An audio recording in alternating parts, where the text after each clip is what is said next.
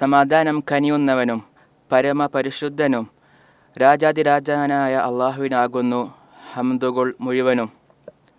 വിശുദ്ധ കഅബയുടെ പരിസരത്ത് മുസ്ലിങ്ങളുടെ മേൽ ഹജ്ജ് നിർബന്ധമാക്കുകയും ഹജ്ജിനെ ഇസ്ലാം ദീനിൻ്റെ സ്തംഭങ്ങളിൽ ഒന്നാക്കി നിശ്ചയിക്കുകയും ചെയ്തവനും അത്രേ അവൻ. സർവജ്ഞനും രാജാവുമായ അള്ളാഹു അല്ലാതെ യഥാർത്ഥ ആരാധ്യനായി മറ്റാരുമില്ലെന്ന് ഞാൻ സാക്ഷ്യം വഹിക്കുന്നു. മുഹമ്മദ് നബി സല്ലല്ലാഹു അലൈഹി വസല്ലമ അള്ളാഹുവിൻ്റെ തിരുദൂതനും തിരുദാസനുമാണെന്നും ഞാൻ സാക്ഷ്യം വഹിക്കുന്നു. പടപ്പുകളിൽ ഉത്തമരായ തിരുദൂതരിലും കുടുംബത്തിലും സ്വഹാബത്തിലും അനുയായികളിലും ഏറ്റവും ശ്രേഷ്ഠമായ സ്വലാത്തും സമ്പൂർണമായ സലാമും സദാ വർഷിക്കുമാറാകട്ടെ. ജനങ്ങളെ, നിങ്ങൾ അള്ളാഹുവിൽ തഖ്വയുള്ളവരാകണം. തഖ്വ കൊണ്ടത്രേ ഒരു ദാസന് പാരത്രിക ജീവിതത്തിൽ രക്ഷ. സൂറത്തുൽ ഹജ്ജിൻ്റെ തുടക്കത്തിൽ അള്ളാഹു പറയുന്നു, മനുഷ്യരെ, നിങ്ങൾ നിങ്ങളുടെ രക്ഷിതാവിനെ സൂക്ഷിക്കുക. തീർച്ചയായും അന്ത്യനാളിൻ്റെ പ്രകമ്പനം ഭയങ്കരമായ ഒരു സംഭവം തന്നെയാകുന്നു. നിങ്ങൾ അത് കാണുന്ന ദിവസം ഏതൊരു പാലൂട്ടുന്ന ഉമ്മയും താൻ പാലൂട്ടുന്ന കുഞ്ഞിനെപ്പറ്റി മറന്നു പോകും. ഏതൊരു ഗർഭിണിയും തൻ്റെ ഗർഭത്തിലുള്ളത് പ്രസവിച്ചു പോകുകയും ചെയ്യും. ജനങ്ങളെ മത്തുപിടിച്ചവരായി നിനക്ക് കാണാം. യഥാർത്ഥത്തിൽ അവർ ലഹരി ബാധിച്ചവരല്ല, പക്ഷേ അള്ളാഹുവിൻ്റെ ശിക്ഷ കഠിനമാകുന്നു. നന്മകൾ ചെയ്തും തിന്മകളും പാപങ്ങളും വെടിഞ്ഞും അന്ത്യനാളിനായി ഒരുങ്ങുക എന്നത് അള്ളാഹുവിലുള്ള തഖ്വയിൽ ഉൾപ്പെടുന്നു. അള്ളാഹു പറയുന്നു, അതെന്തുകൊണ്ടെന്നാൽ അള്ളാഹു തന്നെയാണ് സത്യമായുള്ളവൻ. അവൻ മരിച്ചവരെ ജീവിപ്പിക്കും. അവൻ ഏത് കാര്യത്തിനും കഴിവുള്ളവനാണ്. അന്ത്യസമയം വരിക തന്നെ ചെയ്യും. അതിൽ യാതൊരു സംശയവുമില്ല. ഖബറുകളിലുള്ളവരെ അള്ളാഹു എഴുന്നേൽപ്പിക്കുകയും ചെയ്യും. ഏകനായ അള്ളാഹുവിനെ മാത്രം ആരാധിച്ചും അവനല്ലാത്തവരോട് ദുആ ചെയ്യുന്നത് ഉപേക്ഷിച്ചും തൗഹീദ് സാക്ഷാത്കരിച്ച് കൊണ്ടാകുന്നു അന്ത്യനാളിന് വേണ്ടിയുള്ള ഒരുക്കം ഏറ്റവും മഹനീയമാകുന്നു. എങ്ങനെയാണ് അള്ളാഹുവിന് പുറമെ തനിക്ക് ഉപദ്രവമോ ഉപകാരമോ ചെയ്യാത്തവയെ അവൻ വിളിച്ചു പ്രാർത്ഥിക്കുക? അതുതന്നെയാകുന്നു വിദൂരമായ വഴിക്കേട്.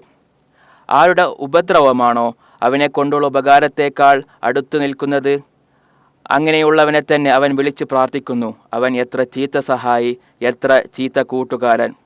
വീണ്ടും അള്ളാഹു പറയുന്നു, അള്ളാഹുവോട് വല്ലവരും പങ്കു ചേർക്കുന്ന പക്ഷം അവൻ ആകാശത്തു നിന്ന് വീണത് പോലെയാകുന്നു. അങ്ങനെ പക്ഷികൾ അവനെ റാഞ്ചിക്കൊണ്ടു പോകുന്നു, അല്ലെങ്കിൽ കാറ്റ് അവനെ വിദൂര സ്ഥലത്തേക്ക് കൊണ്ടുപോയി തള്ളുന്നു. ഈമാനിൻ്റെ വക്താക്കളുടെ ചിഹ്നം തൗഹീദാകുന്നു. അള്ളാഹു പറയുന്നു, നിങ്ങളുടെ ആരാധ്യൻ ഏകദൈവമാകുന്നു. അതിനാൽ അവന് മാത്രം നിങ്ങൾ കീഴ്പ്പെടുക. നബിയെ, വിനീതർക്ക് നീ സന്തോഷവാർത്ത അറിയിക്കുക. അള്ളാഹുവെ പറ്റി പരാമർശിക്കപ്പെട്ടാൽ ഹൃദയങ്ങൾ കിടിലം കൊള്ളുന്നവരും തങ്ങളെ ബാധിച്ച ആപത്തിനെ ക്ഷമാപൂർവ്വം തരണം ചെയ്യുന്നവരും നിസ്കാരം മുറ പോലെ നിർവഹിക്കുന്നവരും നാം നൽകിയിട്ടുള്ളതിൽ നിന്നും ചെലവഴിക്കുന്നവരുമത്രേ അവർ. ദീനുൽ ഇസ്ലാമിൻ്റെ സ്തംഭങ്ങൾ ഇവയാകുന്നു, അഥവാ ലാ ഇലാഹ ഇല്ലല്ലാഹ് മുഹമ്മദ് റസൂലുള്ളാഹ് എന്ന ഷഹാദത്തു തൗഹീദ്, നിസ്കാരം യഥാവിധം നിലനിർത്തൽ, സക്കാത്ത് നൽകി വീട്ടൽ, റമദാനിൽ നോമ്പെടുക്കൽ, വിശുദ്ധ കഅബത്തിങ്കൽ ഹജ്ജ് ചെയ്യൽ എന്നിവയാകുന്നു അവ. ഇതോടൊപ്പം അള്ളാഹുവെക്കുറിച്ചുള്ള പേടി ഉണ്ടാകണമെന്ന വസിയത്തുമുണ്ട്. അള്ളാഹു പറയുന്നു, തൻ്റെ രക്ഷിതാവിൻ്റെ സന്നിധിയെ ഭയപ്പെട്ടവന് 2 സ്വർഗത്തോപ്പുകളുണ്ട്. അള്ളാഹുവിന് വഴിപ്പെടുന്നതിലും നോവേറ്റുന്ന വിധികൾ ഭവിക്കുന്നതിലും ക്ഷമിക്കണമെന്ന് വസിയത്തുണ്ട്. അള്ളാഹു പറയുന്നു, ക്ഷമാശീലർക്ക് തന്നെയാകുന്നു തങ്ങളുടെ പ്രതിഫലം കണക്ക് നോക്കാതെ നിറവേറ്റിക്കൊടുക്കപ്പെടുന്നത്. അള്ളാഹുവിൻ്റെ അനുഗ്രഹങ്ങളിൽ അവനോട് നന്ദിയുള്ളവരാവുകയും വേണം. അള്ളാഹു പറയുന്നു, നിങ്ങൾ നന്ദി കാണിക്കുവാൻ വേണ്ടി മലിമൃഗങ്ങളായ ഒട്ടകങ്ങളെ നാം കീഴ്പ്പെടുത്തി തന്നിരിക്കുന്നു. വിശ്വാസികളെ പടപ്പുകളിൽ ചില പ്രാപഞ്ചിക നടപടികൾ അള്ളാഹുവിനുണ്ട്. അവയെ വിശ്വസിച്ച് അംഗീകരിക്കലും അവയിൽ നിന്ന് പാഠം ഉൾക്കൊള്ളലും ഒരു ദാസന്റെ മേൽ ബാധ്യതയാണ്. അള്ളാഹു പറയുന്നു, തീർച്ചയായും സത്യവിശ്വാസികൾക്ക് വേണ്ടി അള്ളാഹു പ്രതിരോധം ഏർപ്പെടുത്തുന്നതാണ്. നന്ദി കെട്ട വഞ്ചകരെ ഒന്നും അള്ളാഹു ഇഷ്ടപ്പെടുകയില്ല, തീർച്ച. മറ്റൊരു വചനത്തിൽ അള്ളാഹു പറയുന്നു, തന്നെ സഹായിക്കുന്നതാരോ അവനെ തീർച്ചയായും അള്ളാഹു സഹായിക്കും. തീർച്ചയായും അള്ളാഹു ശക്തനും പ്രതാപിയും തന്നെയാകുന്നു. ഈ വിഷയത്തിൽ വചനങ്ങൾ പലതാണ്. അള്ളാഹു പറയുന്നു, എത്രയെത്ര നാടുകൾ ആ നാട്ടുകാർ അക്രമത്തിൽ ആയിരിക്കെ നാം നശിപ്പിച്ചു കളഞ്ഞു. അങ്ങനെ അവയത മേൽപ്പുരകളോടെ തകർന്നു കിടക്കുന്നു. ഉപയോഗശൂന്യമായ എത്രയെത്ര കിണറുകൾ, കെട്ടിപ്പടുത്ത എത്രയെത്ര കോട്ടകൾ. അള്ളാഹു പറയുന്നു, എത്രയോ നാടുകൾക്ക് ആ നാട്ടുകാർ അക്രമികളായിരിക്കെ ഞാൻ സമയം നീട്ടിക്കൊടുക്കുകയും പിന്നീട് ഞാൻ അവരെ പീഡിക്കൂടുകയും ചെയ്തിട്ടുണ്ട്. എൻ്റെ അടുത്തേക്കാകുന്നു എല്ലാറ്റിൻ്റെയും മടക്കം.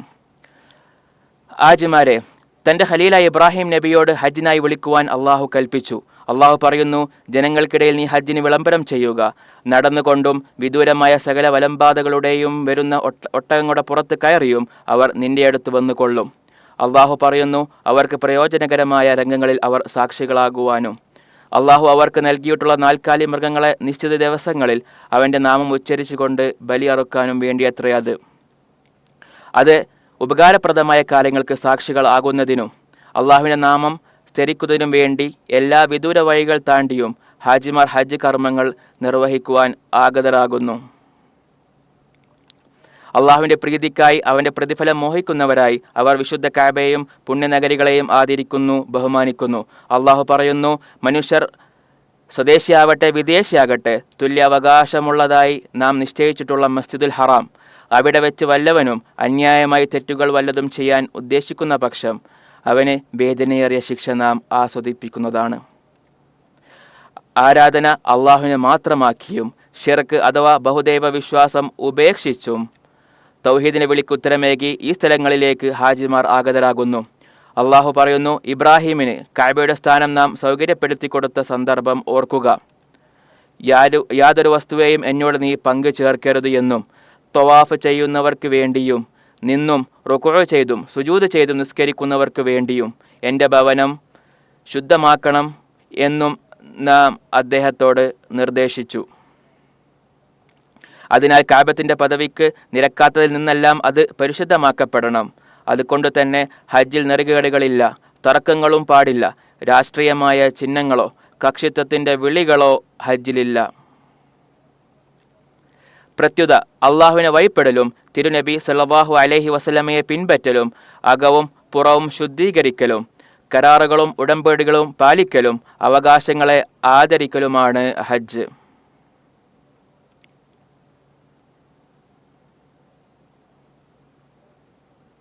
അള്ളാഹു പറയുന്നു, അള്ളാഹു പവിത്രത നൽകിയ വസ്തുക്കളെ വല്ലവനും ബഹുമാനിക്കുന്ന പക്ഷം അത് തന്നെ രക്ഷിതാവിൻ്റെ അടുക്കൽ അവന് ഗുണകരമായിരിക്കും.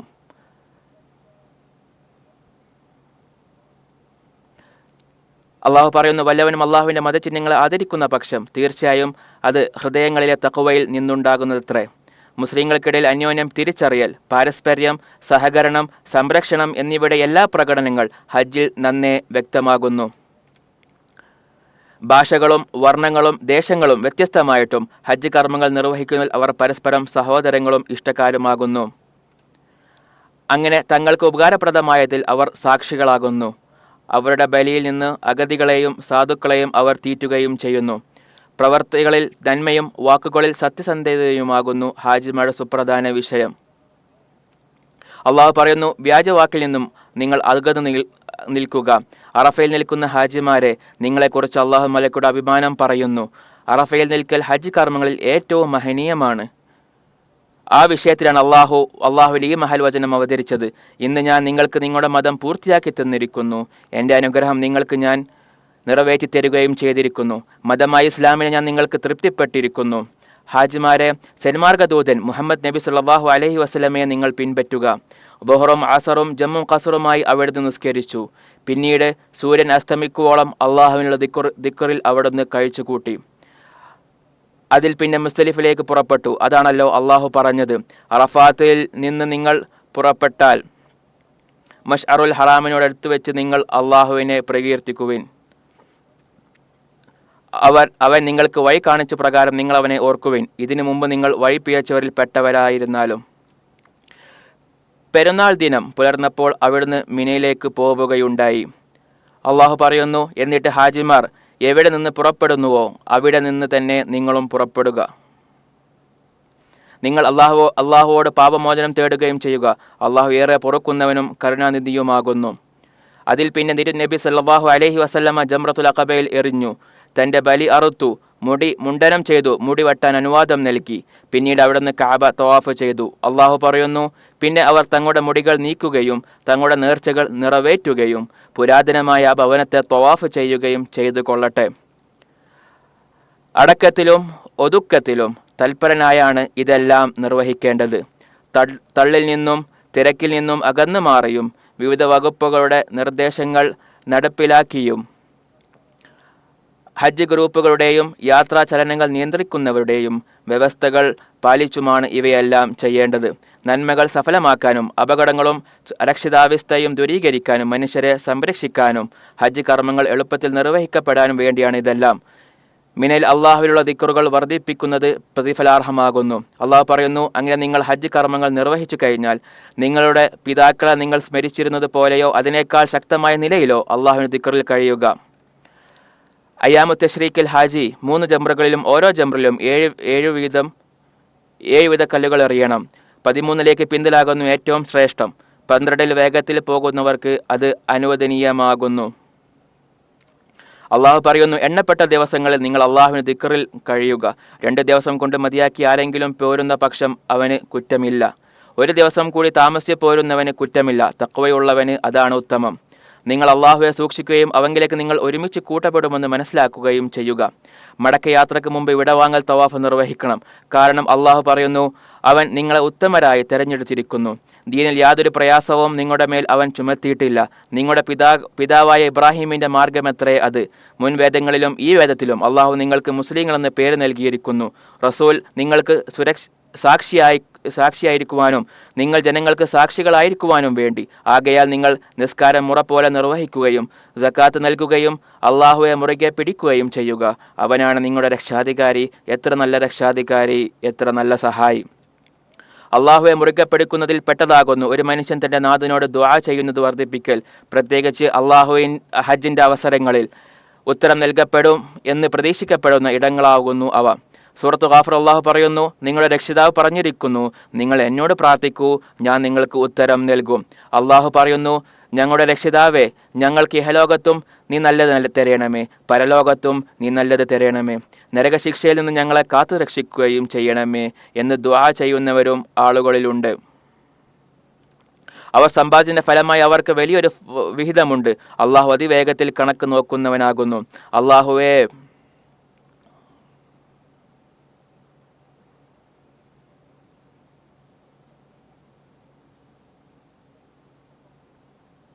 അള്ളാഹുവെ സ്വീകരിക്കണമേ, അള്ളാഹുവെ സ്വീകരിക്കണമേ.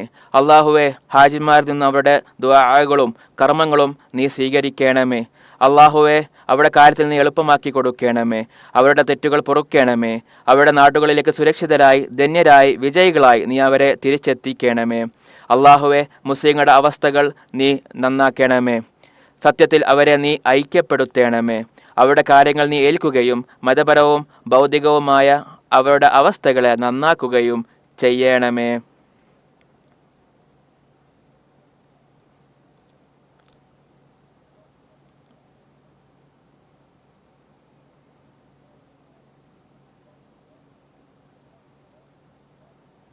അള്ളാഹുവെ, ഇരുഹറമുകളുടെയും സേവകൻ, അള്ളാഹുവെ, ഇരുഹറമുകളുടെയും സേവകൻ സൽമാൻ ബിൻ അബ്ദുൽ അസീസ് രാജാവിനെയും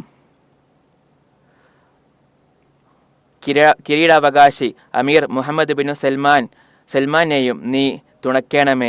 ഇഹത്തിലും പരത്തിലും നല്ല പ്രതിഫലം നീ അവർക്ക് കനിയണമേ. അവർ നിന്റെ ദാസന്മാർക്ക് നന്മകൾ ചെയ്തു. ഹാജിമാർക്ക് ഹജ്ജ് കർമ്മം നിർവഹിക്കുവാൻ എളുപ്പമുണ്ടാക്കി. ഇരു ഹറമുകളുടെയും അവ ലക്ഷ്യമാക്കുന്നവരുടെയും സേവനത്തിന് ഔദാര്യത്തോടെ അവർ ചിലവഴിക്കുകയും ചെയ്തു. അല്ലാഹുമ്മ സല്ലി അലാ മുഹമ്മദ് വഅലാ ആലിഹി വസഹബിഹി വസല്ലമ തസ്ലീമൻ കസീറ.